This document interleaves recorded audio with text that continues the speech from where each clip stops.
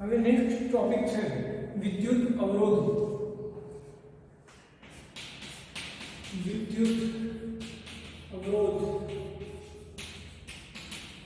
ની સંખ્યા છે R = ρ L આપણે અગાઉ સૂત્ર મેળવેલું છે. તો આ વિદ્યુત અવરોધની ચર્ચા કરીએ. તો વિદ્યુત અવરોધનું કામ શું? તો વિદ્યુત અવરોધનું કામ છે વિદ્યુત ભારને એની ગતિને રોકવાનું. આપણે અગાઉ એ પણ ચર્ચા કરી છે કે જ્યારે ઇલેક્ટ્રોન આયન સાથે અથડાય ત્યારે પોતાની થોડી ઊર્જા આયનને આપી દે છે અને એ ઉષ્મીય ઊર્જા સ્વરૂપે વેસ્ટ જાય છે. એટલે કે અવરોધ ટૂંકમાં આપણને નુકસાન જ કરે છે, આપણી વિદ્યુત ઊર્જાને વેસ્ટ કરે છે. એમ છતાં પણ આ અવરોધોની જરૂર પડે છે. વિદ્યુત પરિપથોમાં આ અવરોધોનો ઉપયોગ થાય છે.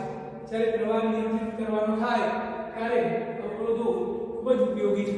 ફોર એક્ઝામ્પલ, રોડ પર રહેલા જે સાધનોની ગતિને અવરોધે છે, એટલે કે આપણા ફ્યુલની, આપણા ડીઝલ પેટ્રોલની નુકસાન કરે છે. એમ છતાં પણ અવરોધ બનાવવો પડે છે. કેમ? એક્સિડન્ટ નિવારવા માટે. તો વિદ્યુત પરિપથોમાં પણ અવરોધ વિદ્યુત ઊર્જાને વેસ્ટ તો કરે છે, પરંતુ પ્રવાહ નિયંત્રિત કરવા માટે આની જરૂર હોય છે. અને આ અવરોધો મુખ્યત્વે બે પ્રકારના છે. એક છે વાયર બાઉન્ડ અવરોધ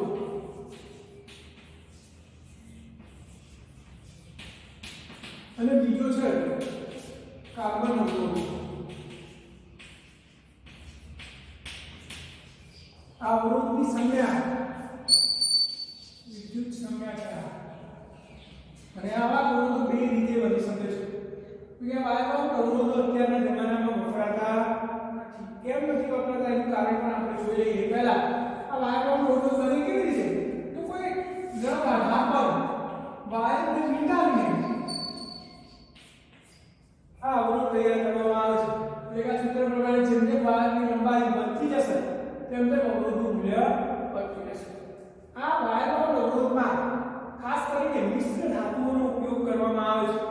મિશ્ર ધાતુઓ એટલા માટે વાપરવામાં આવે છે કે મિશ્ર ધાતુઓની અવરોધકતા તાપમાન પર ખાસ આધાર રાખતી નથી. એટલે કે તાપમાન બદલાવા સાથે અવરોધનું મૂલ્ય ના બદલાય. મતલબ કે આપણે 5 વોલ્ટ માટે અવરોધ બનાવવાનો હોય અને તાપમાન વધી જાય, ઉનાળાની ગરમીમાં આપણું ઉપકરણ ગરમ થાય, તો ગરમ થવાથી આપણે અવરોધકતા વધી જશે. એટલે કે અવરોધનું મૂલ્ય 5 ની જગ્યાએ વધારે થઈ જાય. શિયાળામાં તાપમાન ઘટી જાય તો અવરોધકતા ઘટે, એટલે અવરોધનું મૂલ્ય ઘટી જાય.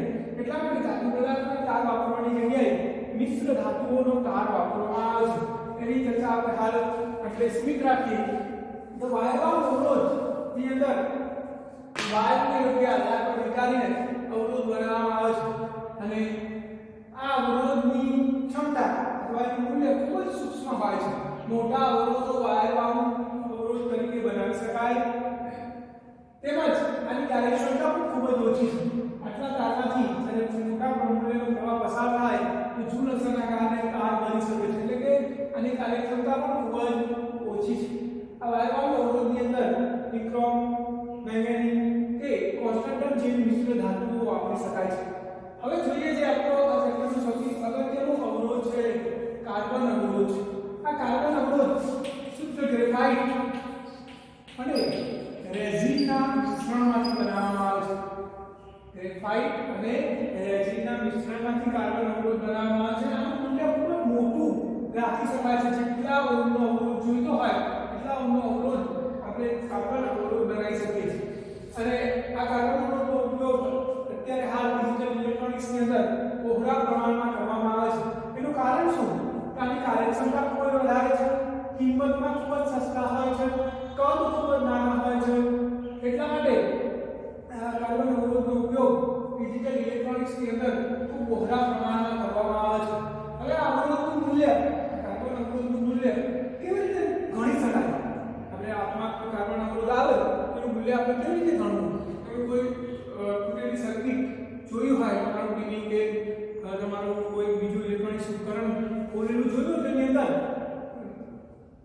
રંગ લગાડેલા પટ્ટા હોય છે, નાના નાના એવા કમ્પોનન્ટ હોય જેની પર કલરિંગ પટ્ટા હોય, તો એ આપણા અવરોધ છે. આ અવરોધનું મૂલ્ય કેવી રીતે ગણી શકાય? તથા કાર્બન અવરોધના મૂલ્યને આપણે ગણતરી કરવી હોય તેના માટે કોડ છે, જેને કલર કોડ કહેવામાં આવે છે. અને આ કલર કોડ પરીક્ષામાં એક અવરોધ એટલો હોય તો ચાર પટ્ટા હોય અને સીધું હોય કે અવરોધનું મૂલ્ય ગણો એટલે કે આ આપણો અવરોધ છે એની પર એક પટ્ટો છે લાલ બીજો પટ્ટો છે પીળો ત્રીજો પટ્ટો છે વાદળી અને છેલ્લો પટ્ટો છે ગોલ્ડ એટલે કે સોનેરી તો આપણે એવું કીધું આ કે આ અવરોધનું મૂલ્ય કેટલું થાય આપણે કેવી રીતે ગણી શકીએ આના માટે તમારે એક સૂત્ર યાદ રાખવાનું છે કોકિલાનો પાલવ જરા સફેદ આપણે અહીંયા લખીશું કોકિલાનો પાલવ કોકિલાનો પાલવ જરા સફેદ પછી ગોલ્ડ અને સિલ્વર આ રીતે તમારે સૂત્ર યાદ રાખવાનું છે કોકિલાનો પાલવ જરા સફેદ અને ગોલ્ડ સિલ્વર કો એટલે કાળો કી એટલે કથ્થાઈ લા એટલે લાલ નો એટલે નારંગી પા એટલે પીળો લ એટલે લાલ કોકિલાનો પાલવ લ એટલે લીલો વ એટલે વાદળી જ એટલે જાંબલી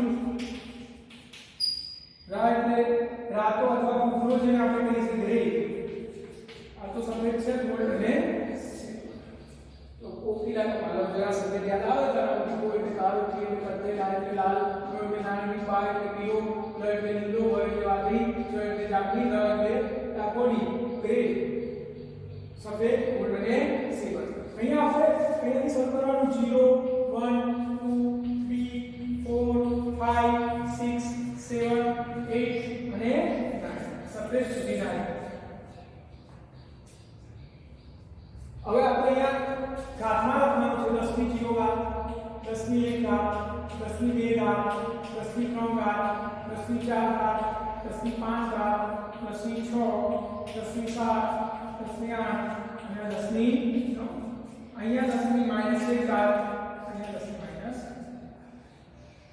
આ રીતે આપણે ટેબલ બનાવવાનું છે અને છેલ્લે અહીંયા આપણે એટલેથી શરૂ કરીશું આ ગોલ્ડ સિલ્વર અને છેલ્લે નો કલર ના હોય તો હવે એટલેથી એટલે શરૂ કરીશું ગોલ્ડ થી આ 5% આ 10% અને આ વેરિએશન છે એવું તમને સમજાવું છું ત્યારે સમજશો આ રીતે તમે ટેબલ તૈયાર કરી લો તો આપણે ગમે તે કોડ માટે આપણે એનું મૂલ્ય ગણી શકીએ છીએ હવે આપણે આનું મૂલ્ય ગણીએ તો સૌથી પહેલો કલર કયો છે લાલ તો લાલ માટે કેટલો 2 આપણે અહીંયા 2 લખવાના છે બીજો કલર કયો છે પીળો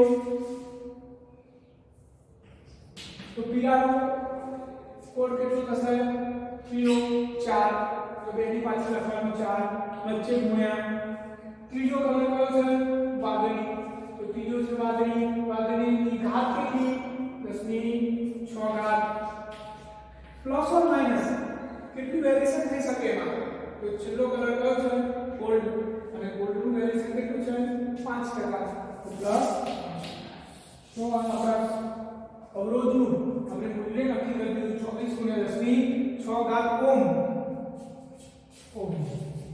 અને એમાં કેટલું વેરિએશન આવી શકે 5% વેરિએશન નો અર્થ શું થાય આપણે પહેલા થોડું સમજી લઈએ માની લો કે આપણે બીજો કોઈ કલર કોડ લઈએ પહેલો કલર લઈએ લાલ બીજો કલર લઈએ કાળો ત્રીજો કલર લઈએ ફરીથી લાલ અને ચોથો કલર લઈએ સિલ્વર આ આપણો કલર કોડ છે આનો આપણે અવરોધ નક્કી કરવો છે જો લાલનો નંબર કેટલો 2 બીજા કાળો કાળાનો કેટલો 0 ગુણ્યા લાલની કેટલી ઘાત 10 ની 2 ઘાત આટલા ઓમ અવરોધ થયો એમાં કેટલું વેરિએશન આવશે તો સિમ્પલ એટલે 10%